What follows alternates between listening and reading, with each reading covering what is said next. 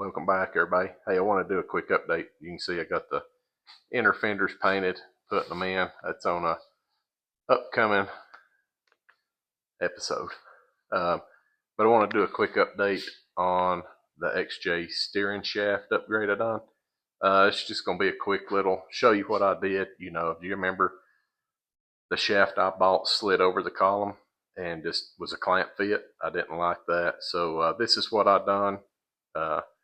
It would have probably never slid off, but I didn't want to chance it. It was pretty hard to get pulled down there to get it off, but I didn't want to chance it. So this is what I done. If you end up getting one that just slips over, I know a lot of them you have to notch the steering column shaft, put a half moon in it for the bolt to pass through. I was hoping that's what this one would be, but it wasn't that way. So this is what I ended up doing.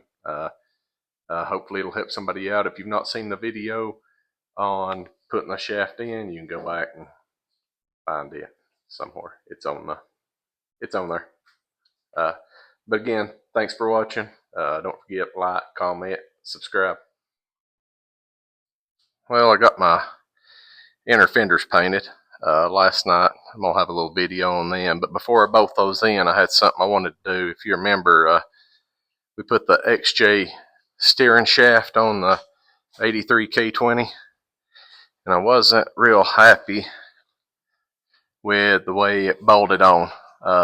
It originally just had this one bolt coming through it, and it just clamped to the steering column. I've seen others where people's had to cut a half moon in the column shaft to get the bolt to pass through, and that kind of keeps the steering shaft up on here. Well, this shaft wasn't made that way for some reason. So what I'd done, and I was actually going to put a 1/4-20 or a 5/16 bolt through the middle of it, but I ended up drilling through it, and I used what I had. I had a 3/8 bolt. I probably had a 1/4 or 5/16 if I'd have looked, but I ended up drilling through the shaft. I took the shaft back off, drilled through, and tapped it for a 3/8 bolt, and I have that 3/8 bolt running all the way through the center hole like the original steering shaft was bolted on.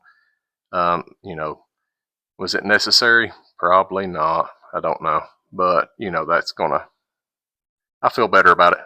It's going to keep it from ever dropping down, which, the compression on this is really tight. It may have never slid down off there, but when I would put this on and try to peck this end back on the box, it kept pulling this end off originally. So, and if you've not watched the video of me putting this on there, I've got a video out there on it. Go back and look for the XJ steering shaft upgrade. Hopefully it works out pretty good. But just wanted to give you all an update. I had mentioned in the video that I was going to try to do something different here. So that's what I end up doing. We'll see how it works out. Hopefully it works out all right. But if you run into one similar, to where you don't have the half moon, or where you don't have to cut the half moon, if you want to drill and tap it and put a bolt through it, you can do something like that, or drill it all the way through and put a bolt in a nut, kind of the way the factory setup was. But just thought I'd give you an update on what I end up doing on it.